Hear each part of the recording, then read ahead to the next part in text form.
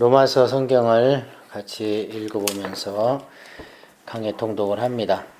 로마서는 말 그대로 로마에 있는 교회에 써는 편지입니다. 그래서 신약 성경은 주로 뒤에 서자가 붙은 것은 서신 서자입니다.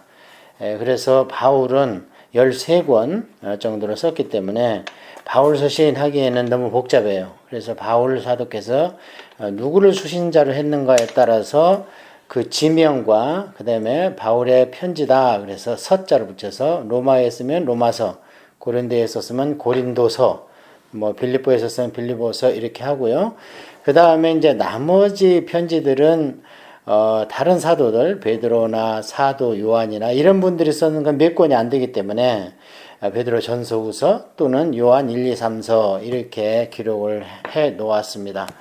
그래서 사도 바울이 쓴 이 서자가 들린 신약 성경은 주로 교회에 대한 교리서다 이렇게 우리가 볼 수 있습니다. 그래서 신약 성경에 하나님이 누구신가는 사복음서에 잘 나와 있지요. 구약 성경에 하나님이 누구신가는 창출 레민신 모세오경에 잘 나와 있습니다. 그래서 하나님이 누구신가 신약성 시대의 하나님은 예수님이 인간의 몸으로 오셔서 잘 나타나셨고, 그 다음에 이제 사도행전을 통해서 우리가 교회라는 믿는 자의 이런 단체가 그룹이 나타났습니다. 그렇다면 그 믿는 자의 에클레시아 그 단체 그룹을 향하신 하나님의 그런 교리적인 부분은 원칙적인 부분은 무엇인가 이제 로마서부터 쭉 나가는 겁니다. 그래서 일단 사도행전을 지나오면서 교회가 많이 탄생을 했죠. 초대교회가. 그런데 그 교회들이 이제 탄생이 끝나고 나서 제일 중요한 것부터 로마서부터 쭉 우리가 읽어가는데요. 그렇다면 로마서는 이제 사람은 누군가, 그리고 사람은 어떻게 구원을 받아야 되는가, 그래서 이런 것이 기록되어 있겠죠. 그래서 로마서는 한마디로 우리가 간단하게 정리한다면 인생, 사람은 누구신가? 그러니까 사람은 죄인이다. 그게 로마서 앞부분입니다. 그 다음에 이 죄는 아무도 이 죄로부터 구원받을 수가 없다. 그래서 하나님이 이 죄에 대한 심판자다. 이게 로마서 2장입니다. 그러면서 유대인들은 그러면 그 율법으로 말미암아 자유한가? 그렇지 않다. 이렇게 얘기를 하신 것이고, 그래서 쭉 그런 식으로 나가다가 이제 죄에 대해 구원이 확실해졌습니까? 하면서 물어보다가 그 다음에는 그렇다는데도 아직도 왜 우리 마음속에 죄 짓고 싶은 마음이 있는가?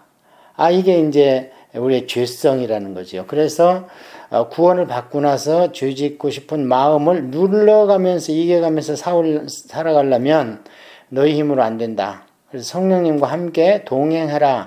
이게 로마서 8장입니다. 그러고 나서 유대인에 대한 특별히 유대인을 향한 하나님의 그런 신약 성경이 무엇이냐면 로마서 9장에서 11장까지입니다. 그러니까 구약 성경 전체가 유대인을 향한 거였다면 신약 성경에서 유대인을 향한 부분은 로마서 9장에서 11장에 정확하게 나와 있습니다. 그 다음에 12장부터는 적용 부분입니다. 그러면 이제 로마서가 어떤 건가 우리가 개략적인 것을 알아봤습니다. 그러면은 한번 들어가 보겠는데요. 로마서는 사도 바울께서 아시아와 유럽을 10여 년에 걸쳐서 전도여행을 끝마친 뒤에 마지막으로 배를 타고 예루살렘으로 돌아오는 데가 어디였냐면 고린도였습니다. 지금 우리 얘기하냐면 그 그리스 이 밑단이죠. 그래서 거기에서 이제는 이 아시아와 유럽에 전도의 씨는 뿌려졌다. 그렇다면 교회가 완성되진 않았지만 이 전도, 복음을 더 빨리 씨를 뿌려야 되겠다 해서 가고 싶은 데가 이제 서쪽에 있던 서바나, 스페인이었습니다. 그래서 그 가는 길에 로마를 들리기로 결심을 하시고 또 로마에서 스페인에게 한 선교 헌금을 좀 받아가지고 이렇게 가야 되겠다고 편지를 써서 보냈습니다. 로마에다가. 고린도 옆에 있는 갱그리아에는 교회에 뷰베라는 집사님 여자분이 계셨는데 이 편지를 먼저 가지고 가시오. 그래서 이 편지를 받아본 뒤에 이들은 한 4년에서 5년 후에 사도 바울과 대면을 하게 되지요. 그렇다면 로마 교회는 어떻게 섰는가?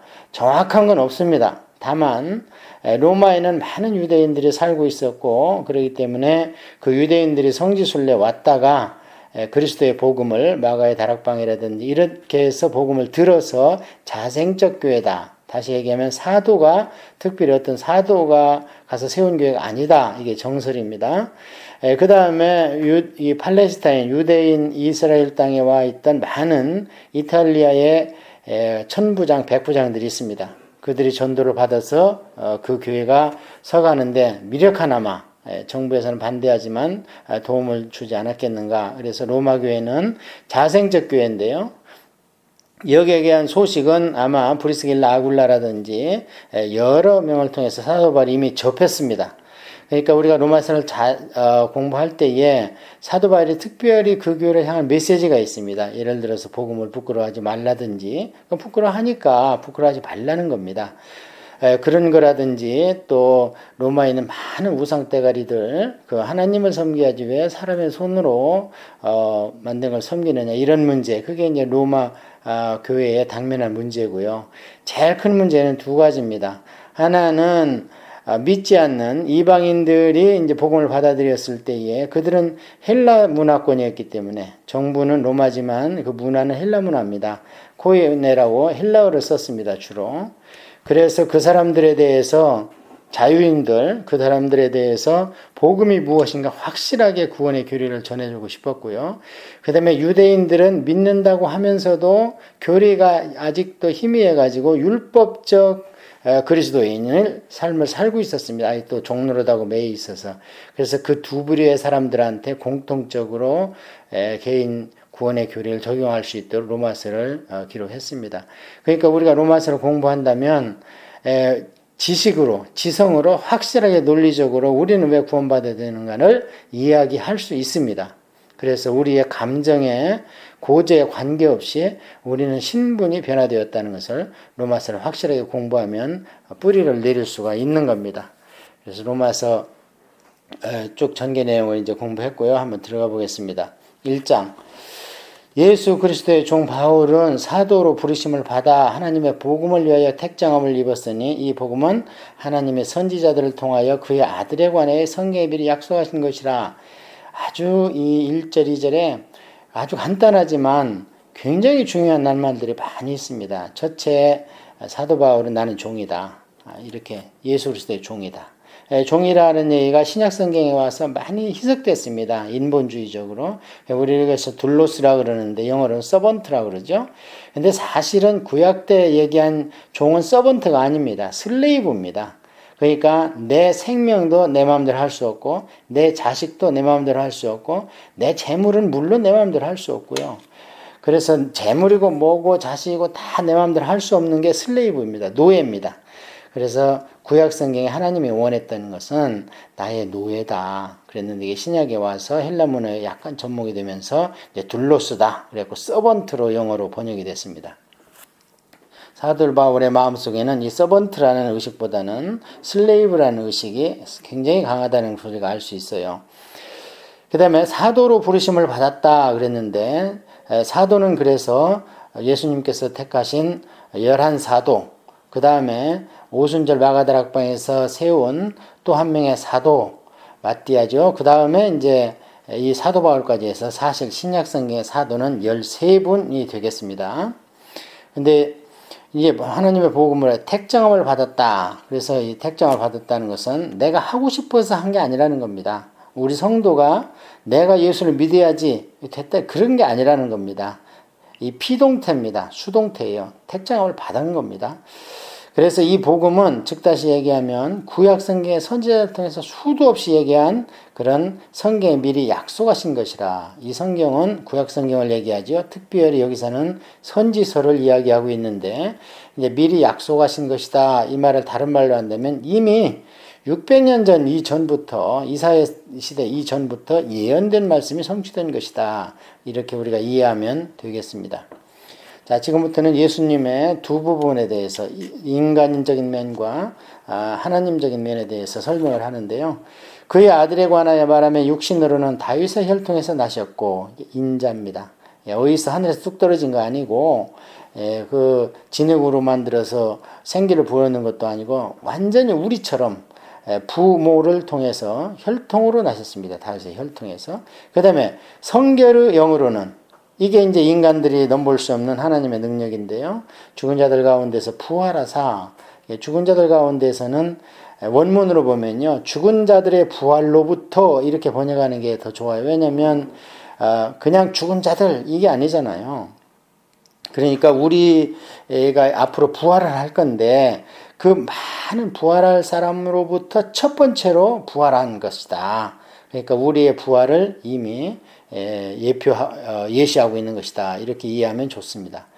능력을 하나님 아들로 선포되었으니 곧 우리 주 예수 그리스도니라. 그로 말미암아 우리가 은혜와 사도의 직분을 받아 그의 이름을 위하여 모든 이방인 중에서 믿어 순종하게 하나니 너희도 그들 중에서 예수 그리스도의 것으로 부르심을 받은 자니라. 크리스찬이라는 말이 여기에 정의가 나옵니다. 예수 그리스도의 것. 이게 아까 얘기한 슬레이브 개념입니다. 우리는 다 예수 그리스도의 것입니다. 우리 것이 아니고요. 그래서 크리스찬이라는 말이 예수님의 것이다. 그런 뜻이죠. 로마에서 하나님의 사랑하심을 받고 성도로 부르심을 받은 모든 자에게 하나님 우리 아버지와 주 예수 그리스도로부터 은혜와 평강이 있기를 원하노라. 확연하게 틀리죠. 구약에는 그냥 하나님 이렇게 하면서 했는데 지금부터는 계속 아버지 하나님, 예수님, 성령님 이렇게 삼위일체가 확실하게 성경에 계시가 되어 있습니다. 성경에서 성경을 추론하는 것은요, 진리입니다. 진리에서 진리를 추론하는 건 진리입니다. 그래서 하나님은 세 분이시고 삼위일체다 이런 게 우리가 신약 성경을 통해서는 확실하게 그 개념을 잡아야 됩니다. 자, 여기에서 평강을 원하노라. 이게 이제 에무나라는 건데요. 이 에무나, 이제 보통, 옛날에는 샬롬 이렇게 얘기를 했는데요. 이게 굉장히 중요한 단어가 되죠. 그래서 우리는 예수 그리스도를 믿으면요. 평강이, 구약으로 얘기하면 샬롬이 우리의 마음에 있어야 되는 거죠. 8절입니다. 먼저 내가, 지금부터는 이제 왜 내가 가려고 하는지 그것을 쓰는 거고요. 이제 앞에는 가장 중요한 결론을 내놓았고 이제 인사말을 한 거고 지금부터는 내가 왜 너희한테 가야 되느냐 하는 것을 사도 바울이 기록을 합니다. 먼저 내가 예수 그리스도로 말미암아 너희 모든 사람에게 관하여 내 하나님께 감사함은 너희 믿음이 온 세상에 전파됨이로다. 내가 그의 아들의 복음 안에서 내 심령으로 섬긴 하나님은 나의 증인이 되시거니와 항상 내 기도에 쉬지 않고 너희를 말하며 그냥 듣기만 했는데도요. 예수 그리스도를 믿는다는 것 때문에 로마에 있는 교회에 아직 가보지도 않았고 거기에 이제 이 끝장에 보면 한 30명, 3명 정도 아는 사람이 있는 것 같은데 안부 좀 하라 하면서 그런데도 그럼에도 불구하고 전체를 위해서 계속 기도하고 있는데 그 중보기도의 증인은 바로 하나님이시다. 자, 어떻게 하든지 이제 하나님의 뜻 안에서 너희에게도 나아갈 길을 구하노라. 내가 너희 보기를 간절히 원하는 것은 어떤 신령한 은사를 너희에게 나누어 주어 너희를 견고하게 하려 함이니. 자, 여기에서 이제 신령한 은사, 이게 성령님의 은사인데요. 그냥 보통 보면 듣기 좋게 이것을 그냥 교회를 잘 섬기고 이러는 걸 가서 가르치고 교육하고 이런 거를 나눠준다고 생각하는, 저는 그렇게 생각하지 않습니다. 왜냐하면 사도 바울이 은사라는 단어를 썼을 때는요, 주로 성령님의 능력을 나타냈던 겁니다. 디나미스. 그래서 여기에서도 지금 로마 교회가 교리적으로도 확실히 해야 되지만 나중에 교리의 최절정 부분에서 성령과 생명의 법이라는 게 나옵니다. 그런 걸로 봤을 때 성령님의 어떤 능력과 은사를 이제 같이 이제 나누어주고 가르치기도 하고 임파테이션도 하고 그런 걸 하기를 원했던 것 같습니다. 이 로마 교회를 이해할 때 오늘날 우리 교회를 생각하면 안 됩니다. 아직 성경에 한 권도 없습니다. 만약에 누가 예언이나 이런 방언에 대한 통변의 말씀이 없다면요, 명확하게 신약 성경에 대한 교리를 이해할 수 없는 시대입니다. 이때는. 그러니까 오늘날 우리를 생각하면서 성경을 다 가지고 있고 교리적으로 막 조직 신학이니 이런 책들이 그냥 신학교마다 널려 있고 이런 시대를 생각하면 안 됩니다. 더군다나 숨어서 신앙생활을 하는데 어떻게 그렇게 우리처럼 확실한 그런 걸 갖고 있겠어요? 그렇지 않습니다. 그러니까 이때는 성령님의 은사가 반드시 필요합니다. 교회 안에. 이는 곧 내가 너희 가운데서 너희와 나의 믿음으로 말미암아 피차 안위함을 얻으려 함이라. 예, 성도 간에는 이 안위함이 다른 거 없습니다. 예, 하나님 안에서 교제하는 게 서로 안위하는 겁니다. 형제들아, 내가 여러 번 너희에게 가고자 하는 것은 너희가 모르기를 원하지 아니하노니 이는 너희 중에서도 다른 이방인 중에서와 같이 열매를 맺게 하려 함이로되 지금까지 길이 막혔도다. 사도 바울은 여러 군데서 그런 얘기를 합니다. 사단이 길을 막았다든지 이런 말을 여러 군데서 합니다. 왜 아니겠어요? 사도 바울이 가면 교회가 생기고 복음이 전파되는데 사단이 가만히 있겠습니까? 최일의 목표가 사도 바울이고 나중에 지 힘으로 안 되니까 이제 로마 황제들을 통해서 막 사도들의 발길을 막는 걸 볼 수 있습니다. 헬라인이나 야메인에게나 지혜 있는 자나 어리석은 자이나 다 내가 빚진 자라. 이게 우리가 그냥 많이 쓰는 단어죠. 빚진 자다. 그럼 뭐를 어떻게 빚졌는가? 이게 도대체 무슨 말인가?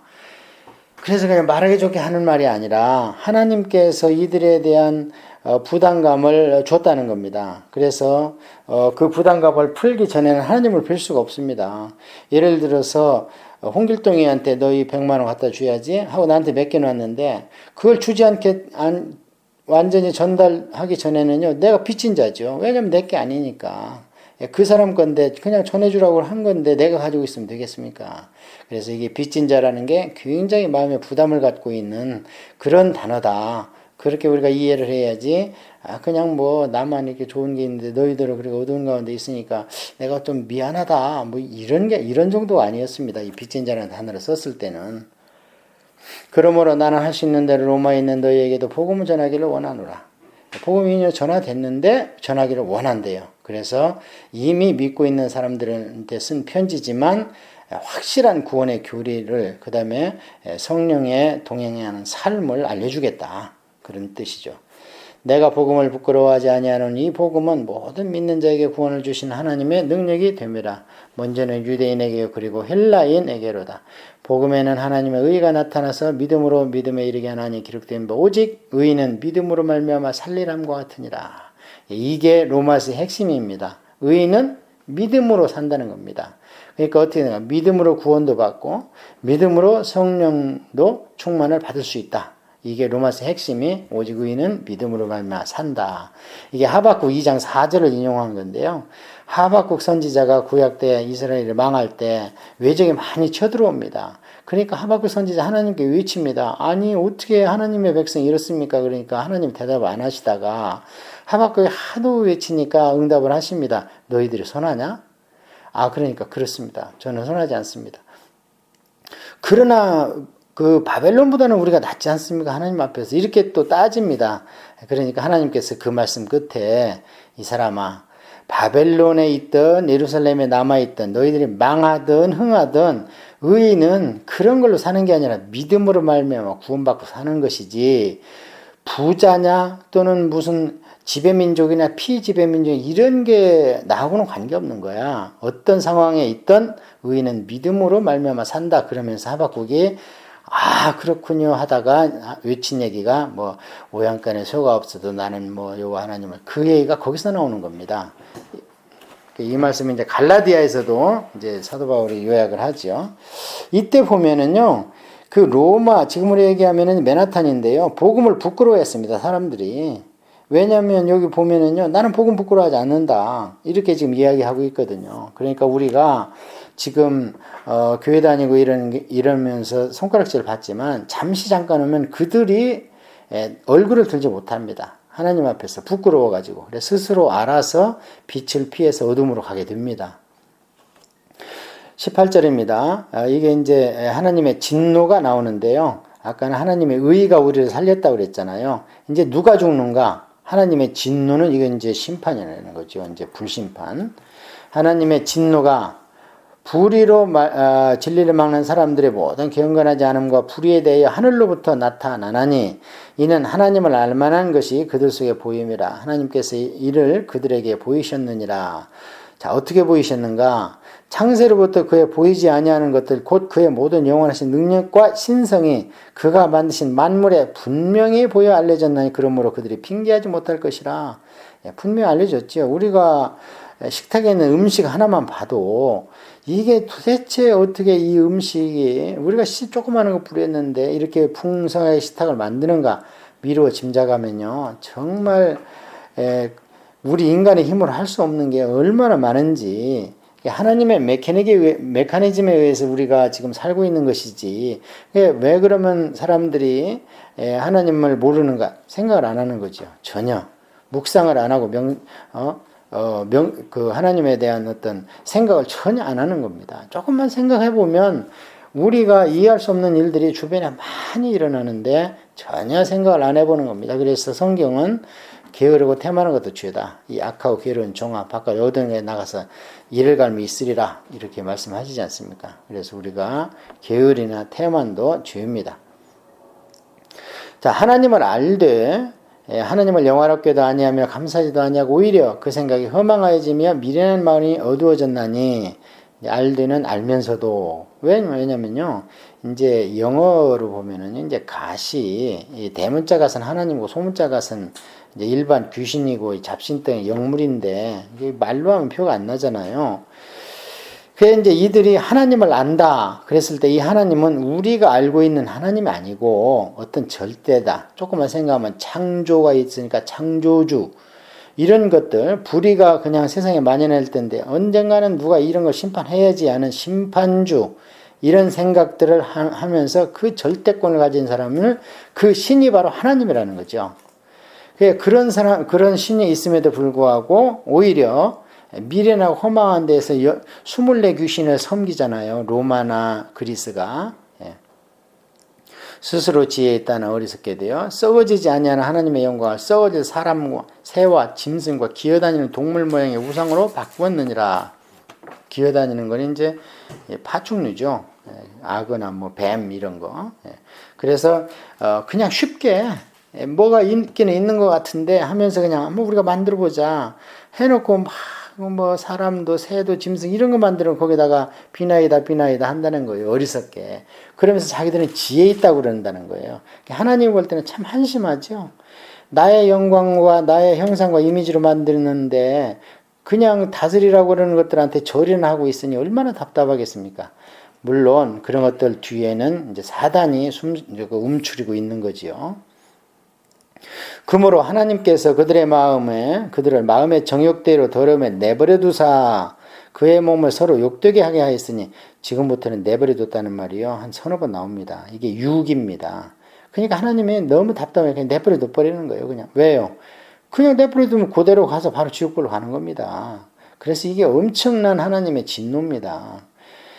그래서 이미 우리를 죽었었다고 그러잖아요. 이게 완료형입니다. 그냥 내버려 둬버리는 거예요. 그러면 죽은 그대로 있다가 그냥 죽음의 무덤인 지옥불을 하는 거예요. 하나님이 얼마나 화가 나셨는가를 이런 단어에서 우리가 볼 줄 알아야 되는데 이거 이미 우리 구약에서 많이 공부했잖아요. 하나님의 마음. 이는 그들이 하나님의 진리를 거짓것으로 바꾸어 피조물을 조물주보다 더 경배하고 섬김이라. 주는 곧 영원히 찬송하시리로다. 아멘. 이 때문에 하나님께서 그들을 부끄러운 욕심에 내버려 두셨으니 또 나오죠. 곧 그들의 여자들도 순리대로 쓸 것을 받고 영리로 쓰며 그와 같이 남자들도 순리대로 여자 쓰기를 버리고 서로 향하여 음욕이 부릴 듯하며 남자가 남자와 더불어 부끄러운 일을 행하며 그들의 그릇 때문에 상당한 보응을 그들 자신이 이미 받았느니라. 이미는 없는데요. 이 완료형입니다. 이미 받았다는 거예요. 이게 동성연애입니다. 이걸로 말미암아 이미 로마에서도 엄청난 질병이 있었습니다. 그래서 하나님이 말려도 안 되니까 그냥 동성연애나 해버리게 내버려둬 버렸습니다. 그러니까 그 결과가 어떻게 됩니까?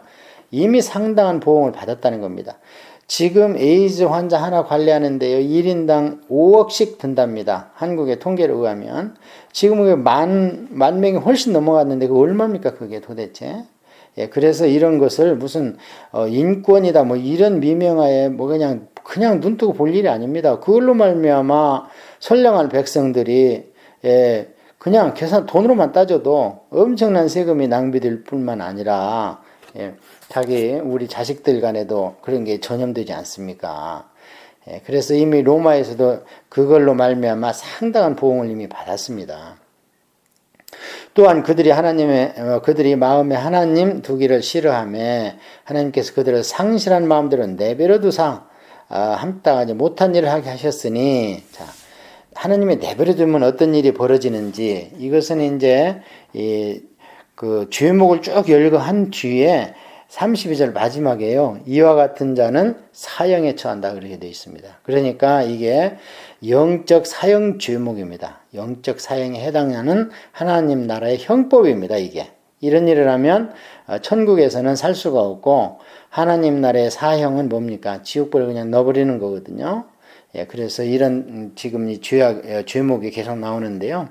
예수님도 이런 제목을 말씀을 많이 하셨고, 이 뒤에도 여러 번 얘기 나옵니다. 갈라디아에서도 나오고 여러 번 나옵니다. 자, 무엇입니까? 곧 모든 불의, 추악, 탐욕, 악의가 가득한 자요, 시기, 살인, 분쟁, 사기, 악독이 가득한 자요, 수군수군하는 자요. 수군수군하는 것도 사형에 해당이 됩니다. 이게 이제 당짓는 원천이 수군수군이거든요. 정당한 의견 같으면 내놓고 서로 비평해봐야 되죠. 근데 뒤에 돌아서 갖고 비방하는 거예요, 서로. 그래갖고 패당을 만드는 건데, 고린도 교회에 이게 많이 나타났죠. 수군수군하는 것도 천국에 들어갈 수 없는 겁니다. 그 다음에 비방하는 자요. 비슷한 얘기입니다. 그 다음에 중요한 게요. 하나님께서 미워하시는 자요 그랬는데, 이것을 원문에 의해 가지고 번역을 하면요. 어떻게 번역도 할 수 있냐면 하나님을 미워하는 자로 번역할 수 있습니다. 이게. 그러니까 이 전의 성경에는 그렇게 돼 있었고요. 또 하나님을 미워하는 자. 그러니까 하나님을 미워하고 손가락질하고 삿대질하고, 그게 이제 요한계시록에 보면은 재앙이 임할 때 하나님한테 막 삿대질하고 막 하나님한테 이름을 욕되게 하고 그런 사람이 오늘날도 있잖아요. 예. 그 하나님을 미워하는 자.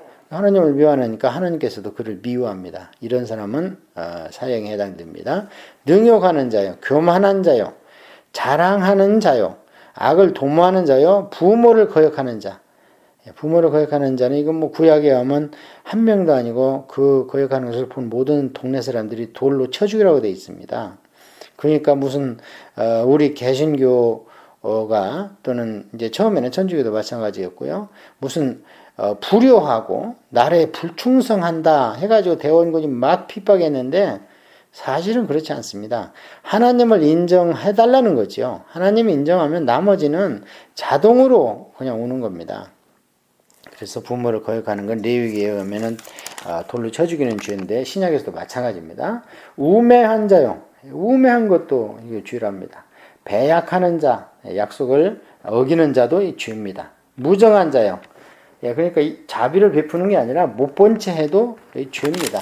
무자비한 자니라. 그들이 이 같은 일을 행하는 자를 사형에 해당한다고 하나님께서 정하심을 알고도 자기들만 행할 뿐 아니라 또한 그런 일을 행하는 자들을 옳다 하느니라. 자, 이렇게 해서 1장 전체는 무엇을 얘기했냐면요.